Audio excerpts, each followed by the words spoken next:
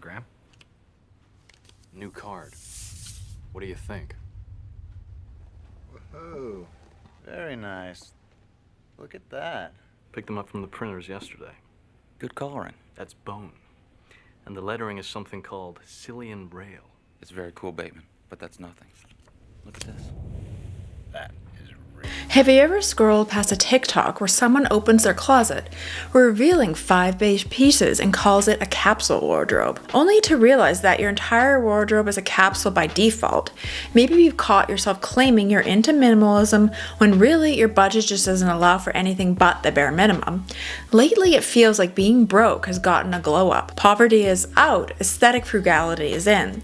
We're being sold the idea that restraint is elegance, that repeating outfits is a conscious choice, and that having less is aspirational, but circumstantial. But when did financial struggle get rebranded as a lifestyle? In this video, we're diving headfirst into this cultural sleight of hand, where economic hardship hides behind clean girl vibes and white linen bedsheets.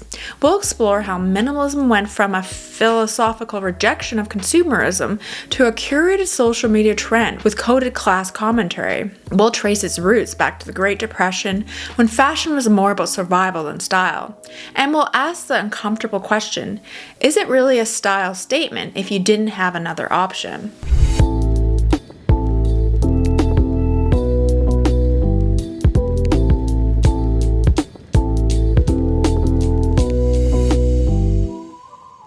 Chapter 1. The Rise of Aesthetic Minimalism. If aesthetic minimalism had a face, it would be that of the clean girl, slick back hair, dewy skin, gold jewelry that somehow looks effortless and expensive, sipping iced matcha in a sunlit, clutter-free kitchen.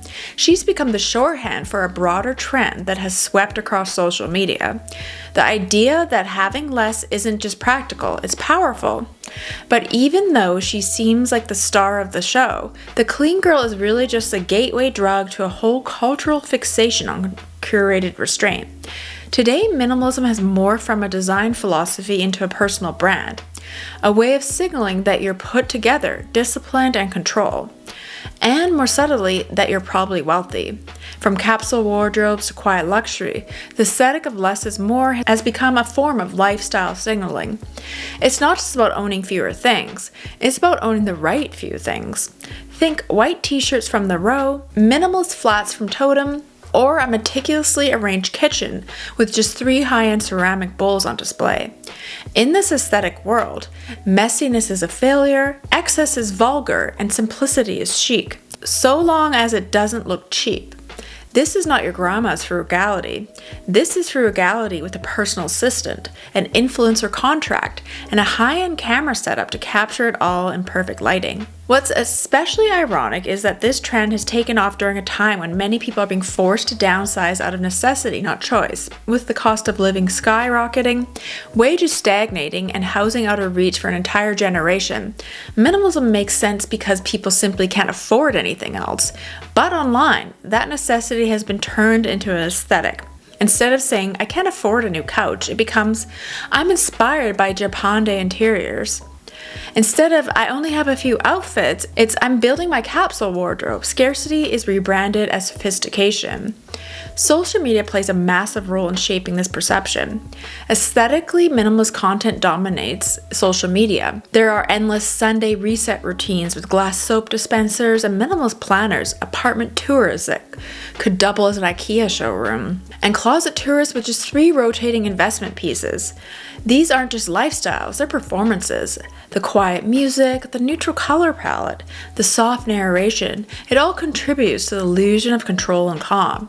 But if you look a little closer, there's often a tension beneath the surface. After all, the economic precarity becomes the norm. Aesthetic minimalism can act as a coping mechanism, one that lets people feel dignified and aspirational even when they're struggling. It's also worth noting that this isn't the first time minimalism has become fashionable during the times of economic uncertainty. The 1990s saw a similar boom in stripped-down aesthetics, following the extravagance of the 80s. Fashion houses like Prada and Calvin Klein championed quiet, refined simplicity. But that wave of minimalism felt more like a cultural rejection of excess. What we're seeing now feels different. It's not a rejection of consumerism, but rather a refined form of it. It's less about detachment and more about disguise. Austerity is now aestheticized, but only when done with a taste. Only when it looks expensive. And here's where the clean girl re-enters the picture. She may appear effortless, but she's expensive to maintain. Her skincare routine is curated, her outfits are timeless and tailored, and even her natural makeup costs more than people's entire beauty budget. She's not actually minimalist, she's just performing in a way that only works if you have the resources to do it right. Her version of minimalism is aspirational, not survival based, which is why she remains palatable, marketable, and algorithm friendly. This is the crux of aesthetic frugality. It only looks good when it's filtered through wealth. Minimalism is praised when it's a luxury lifestyle choice, but when it's born out of struggle, it's seen as lack. The same apartment with bare walls and thrifted furniture can be described as either intentional or depressing, depending on who's living there and how well they edit their content. That's not just a coincidence, that's class performance. So when we look at today's obsession with minimalism, we have to ask, is this truly a stylistic revolution, or is it just a fashionable mask of widespread financial insecurity? Is this about rejecting consumerism, or is it about finding ways to participate in it quietly so no one sees the struggle underneath? Minimalism in its current form has become less about living with less and more about looking like you live with less in the most polished way possible. Have you ever turned a limitation into a lifestyle? Bought a single elevated basic, not because you wanted to, but because that was your only option? You're not alone, and let's talk about it in the comments. Chapter 2, Recession Core and the Great Depression Aesthetic. This isn't the first time frugality has been glamorized, nor is it the first time fashion has quietly mirrored economic anxiety. It almost seems like the rich people are making fun of everyone else who's suffering, like Marie Antoinette style. When you look back at history, particularly at the 1930s during the Great Depression, we see an era where style and survival became intertwined. In the face of massive unemployment, housing crisis, and food insecurity, fashion didn't disappear, it adapted. Practicality became the new luxury. Hemlines were adjusted instead of buying new dresses. Buttons were salvaged from worn-out shirts, and flour sacks were transitioned into clothing for children and house dresses for women. What started as pure necessity slowly took on a kind of aesthetic sensibility. Patterns were printed onto flour sacks. Magazines like Ladies' Home Journal offered chic make-do and men guides, not just to help women survive, but to maintain a sense of dignity, beauty, and control when the world felt unpredictable. Fast forward nearly a century, and here we are again, except now it's happening on TikTok. The digital generation's version of Depression-era pragmatism has been packaged as Recession Core, a soft, slow, minimalist aesthetic that embraces simplicity and frugality under the glossy sheen of content creation.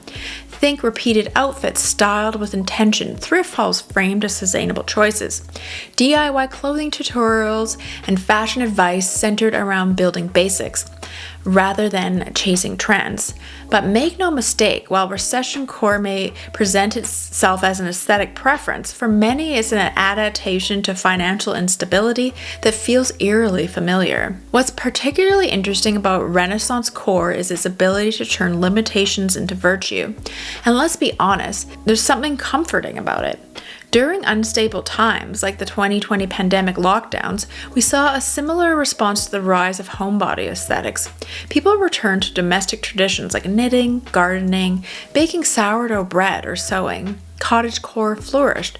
Rooms were adorned with dried flowers, soft lighting, and vintage linens. It wasn't just about style. It was about creating a safe, romanticized cocoon to retreat into when the outside world felt overwhelming. Much like in the 30s, aesthetic choices became coping mechanisms. And yet, even within these responses, we see a contradiction. Recession Core, like the Depression-era flour sack dresses, often walks a fine line between empowerment and aestheticized struggle. On one hand, it's a reclamation of agency, proof that creativity can flourish under financial constraint. On the other hand, it risks romanticizing poverty as an aesthetic. It quietly suggests that struggling can be beautiful, even desirable, even if it's captured correctly and set to a soothing soundtrack. but the pattern goes deeper than just TikTok's trends. Fashion has long mirrored the economic climate of its time. Take, for instance, the post-2008 financial crash. After the burst of the housing bubble and the resulting global recession, fashion entered a darker, more utilitarian phase. Designers leaned into dystopian imagery, runways were filled with androgynous silhouettes, deconstructed garments, and a washed-out color palette. The Hunger Games, which debuted in 2012, dressed as poor districts in grays and earth tones, symbolizing resilience through restraint. Similarly, in Divergent, costumes were structured, functional, and eerily uniform, mirroring both societal control and the fashion industry's shift towards minimalism during leaner times. This recession fashion wasn't just about aesthetics. It reflected fear, uncertainty, and the desire to prepare. Clothing became armor. Glamour was temporarily out, survival was in. And in many ways, we're repeating that cycle again today. Only now, instead of wearing military-inspired coats and combat boots, we're wearing thrifted denim, ribbed tanks, claw clips, and practical sneakers, all with a nod to the 90s minimalism and early 2000s normcore. It's the same message, just repackaged for the social media age. Dress down, simplify, and survive. Another piece of this puzzle is the growing popularity of sustainability narratives that conveniently overlap with economic restraint. We're told to invest in timeless pieces, to choose quality over quantity, to buy secondhand not just for the planet, but for our wallets. But again, this is often a privilege disguised as a virtue. The ability to choose slow fashion or to spend more now to save later assumes disposable income that many simply don't have. The irony is palatable. The people who shop fast fashion out of necessity are often shamed, while those who wear vintage Levi's and call it sustainability are praised. And it's true, a lot of these, locally made, non-fast fashion brands are very expensive. And a lot of people can't afford that. And sometimes that's why a lot of people do shop at fast fashion, because they sometimes have no choice. I know you can go thrifting and stuff too, but Value Village is insanely expensive nowadays. And there's also a distinctly gendered element to all of this. Historically, women have always bore the brunt of the economic precarity and had been expected to make do with less, while still presenting themselves attractively and cheerfully. During the Great Depression, women were told that a tidy home and well-pressed dress were signs of good character, even if their family had nothing to eat. Today, women are still expected to look polished, even if they're on a budget. Recession core leans into this pressure, offering a kind of graceful poverty, a fantasy where economic hardship is repackaged as domestic bliss. And like most aesthetics, recession core is driven by visibility. It doesn't work without documentation. A loaf of homemade bread isn't just a meal, it's a symbol. A thrift haul isn't just practical, it's a content category. This transformation of necessity into narrative makes recession core feel deceptively empowering. But we have to ask, are we choosing to embrace simplicity, or are we being forced to make it look appealing? In both cases, then and now, people are adapting. They're finding ways to maintain beauty, dignity, and agency under economic pressure. But there's danger in forgetting the context, because when we aestheticize poverty, we risk glossing over the reality behind it. We risk making struggle look aspirational rather than addressing the systems that created that struggle in the first place. Do you think recession core helps people reclaim power in tough times?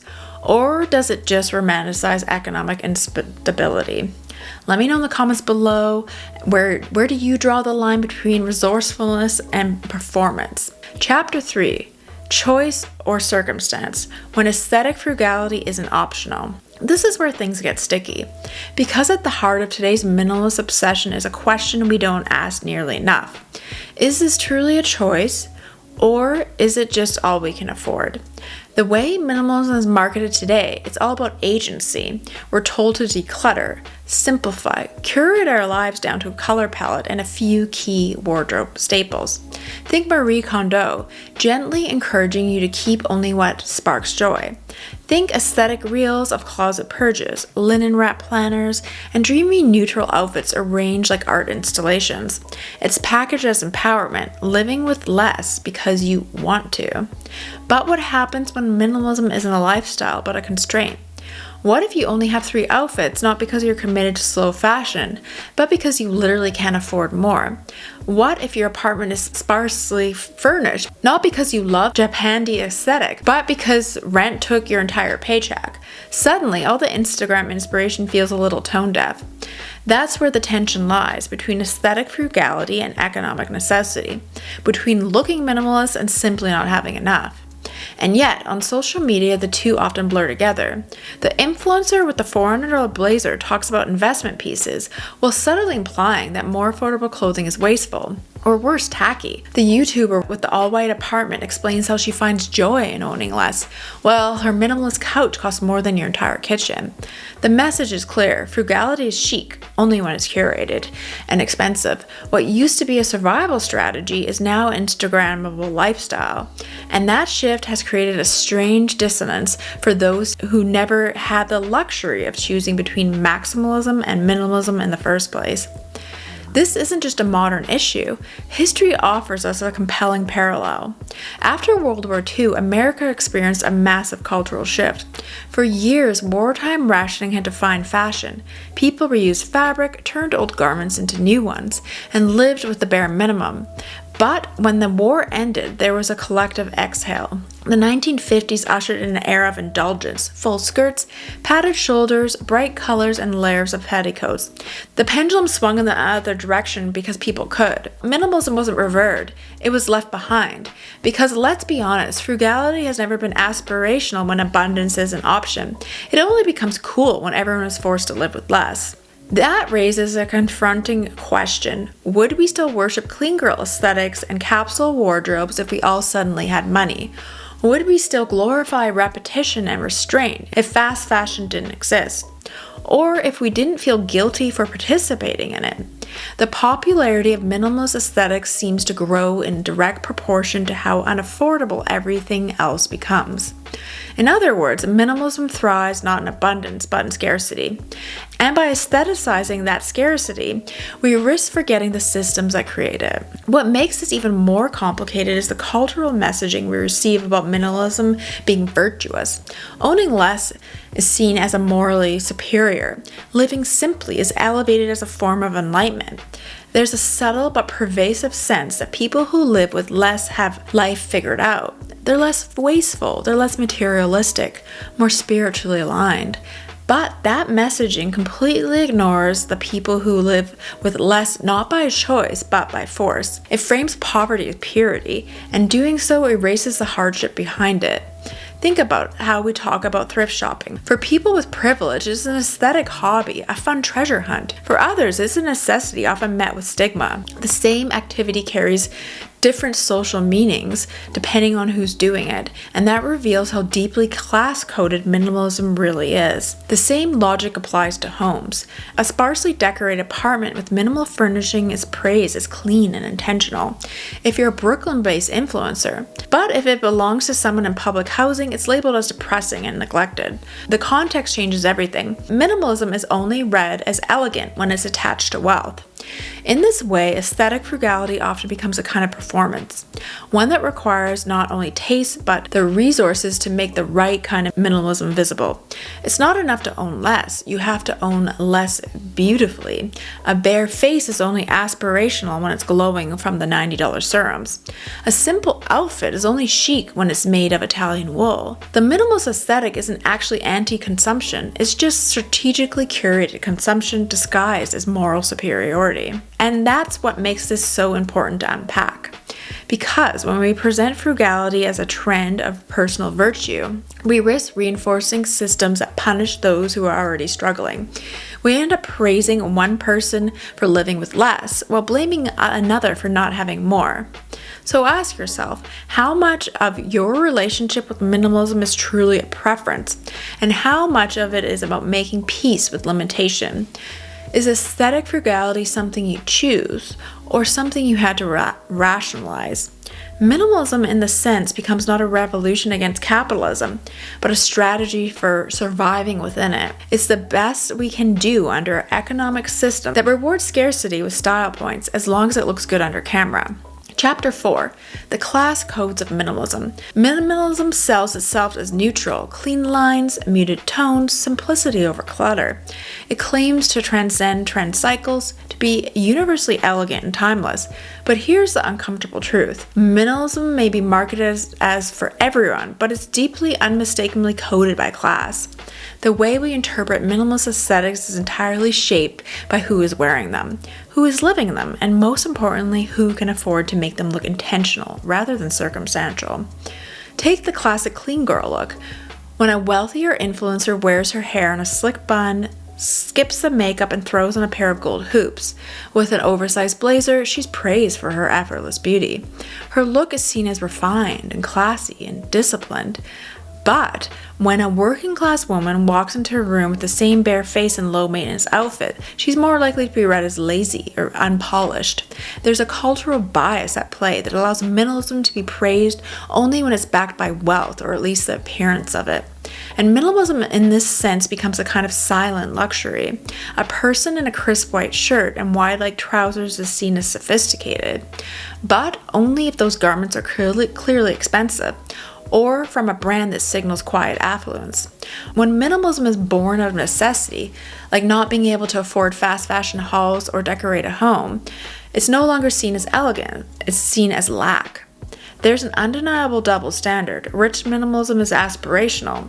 Poor minimalism is invisible. And the line between the two is paper thin but razor sharp. Take Sophia Richie's now iconic wedding aesthetic. Her soft, quiet luxury bridal looks, pared down silhouettes, minimal makeup, vintage Chanel details became the viral masterclass in minimalist wealth.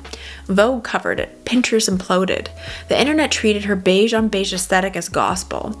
Now compare that to a YouTuber showing off a thrifted minimalist wardrobe, built from sales racks and Goodwill finds. Suddenly it's not quiet luxury, it's budget fashion.